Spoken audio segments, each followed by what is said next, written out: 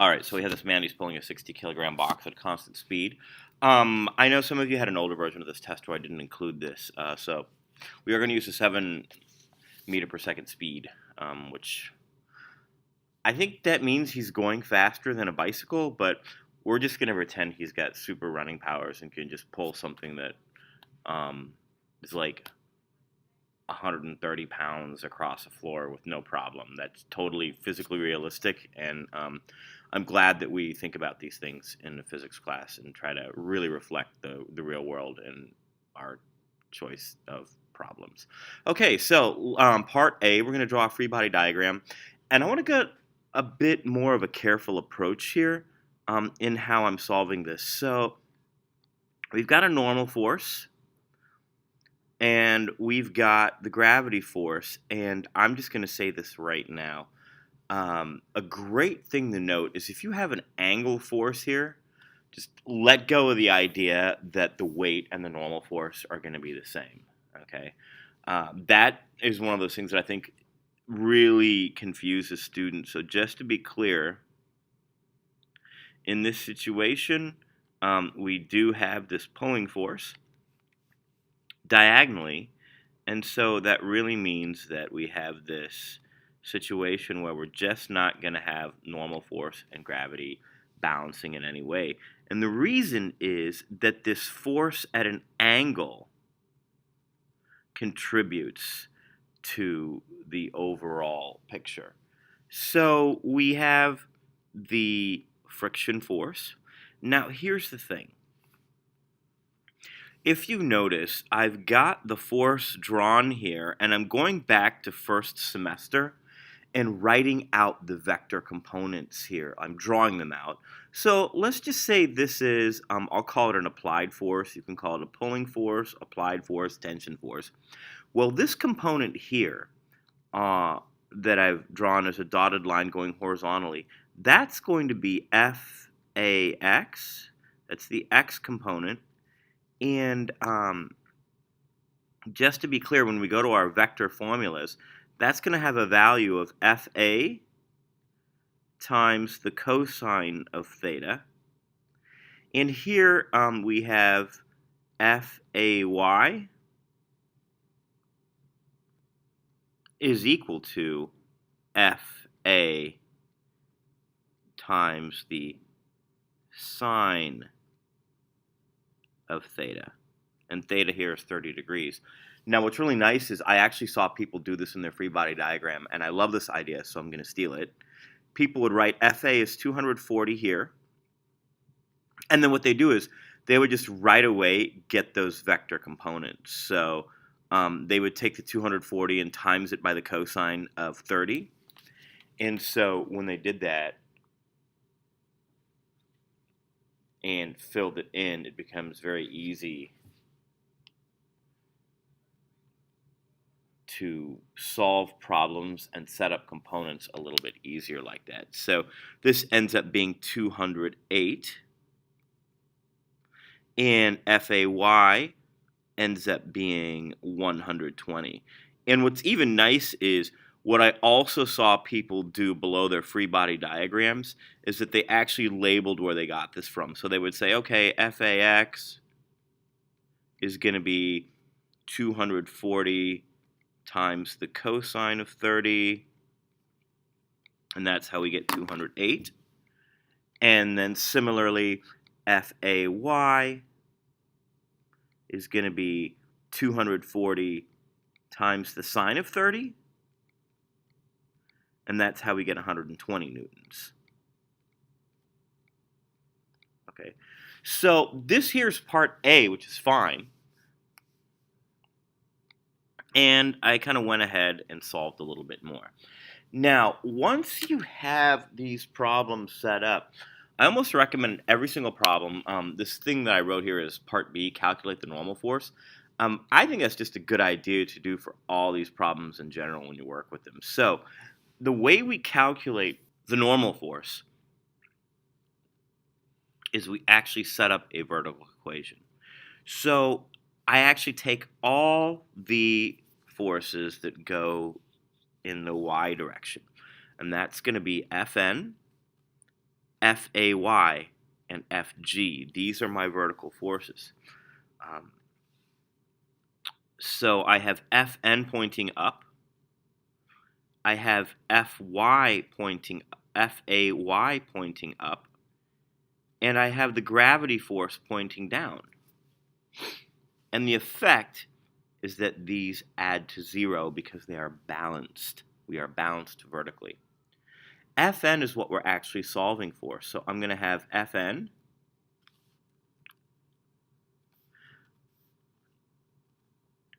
plus 120. And let me make sure I have that. Yes, 120 minus. Now let's look at Fg. Fg is the weight force, so let's actually go up here and just carefully calculate that. So Fg is going to equal m times g, so that's going to be 60 times 10, and that's how we're getting 600 newtons right here. And when I simplify this expression, what I'm going to end up getting is that Fn equals 480 newtons. Okay. Now for part C, it says calculate the size of the frictional force opposing the motion of the box. So this is where now we have to use our horizontal components. And I just want to be clear, what I did in part B was I balanced the vertical components.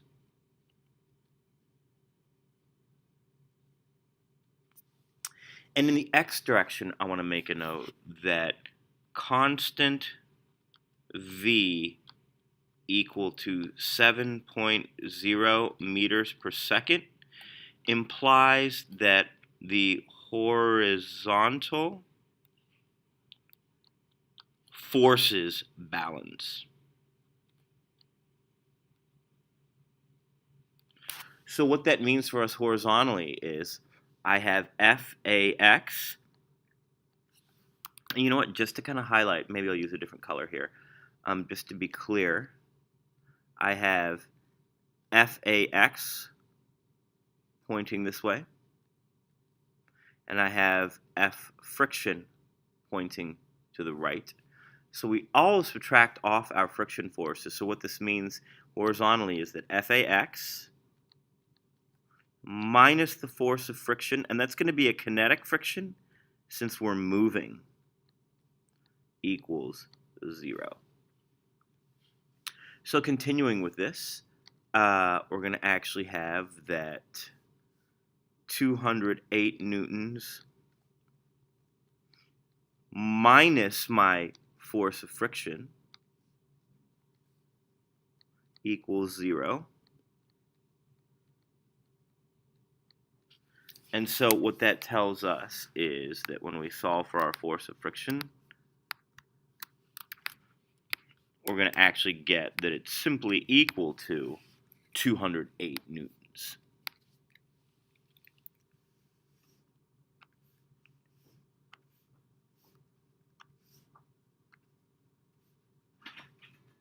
And then for part D, what we'll do is we're going to determine the coefficient of kinetic friction.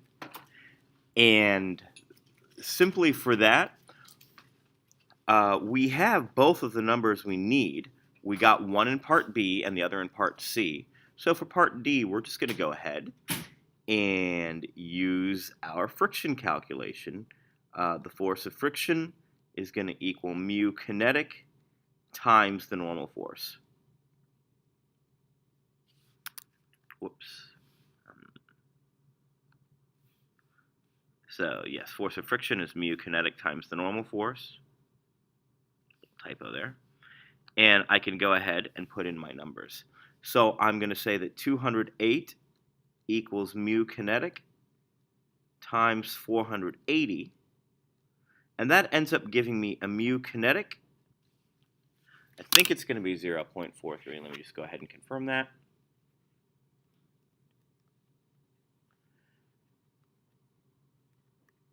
Yep, 0.43.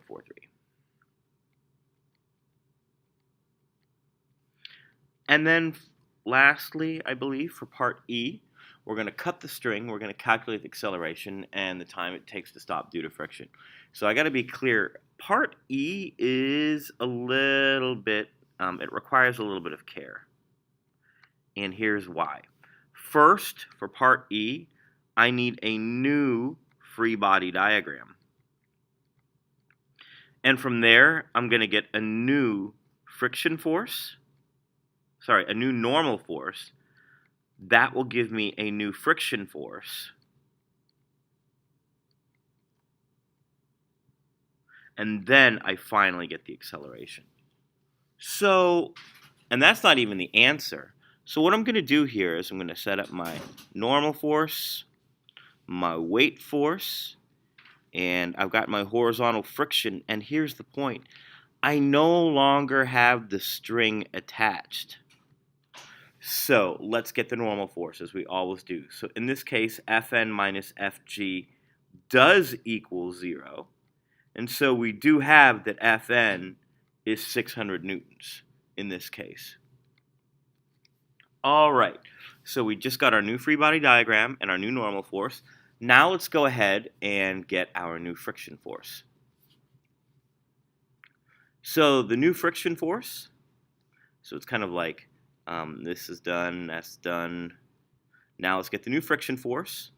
So the new kinetic friction is going to equal mu k times the normal force, which is going to be, I borrow 0.43 from part D, and I'm going to multiply that by 600.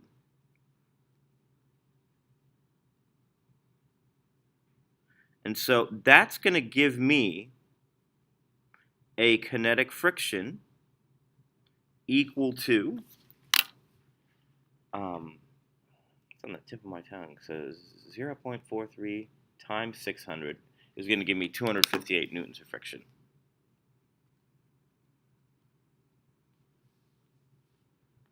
All right, now let's use this to get the acceleration and then the time it'll take to stop. So we got to set up a horizontal equation, and now we're unbalanced horizontally.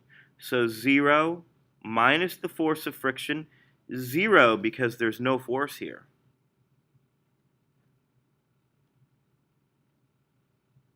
There's no Fa there. So 0 minus the force of friction is going to equal 60 times A, because that's the mass, and we're unbalanced. So that's negative 258 equals 60 times A. So A is going to be very close to 4 meters per second. 4.3. Yeah, 4.3. All right.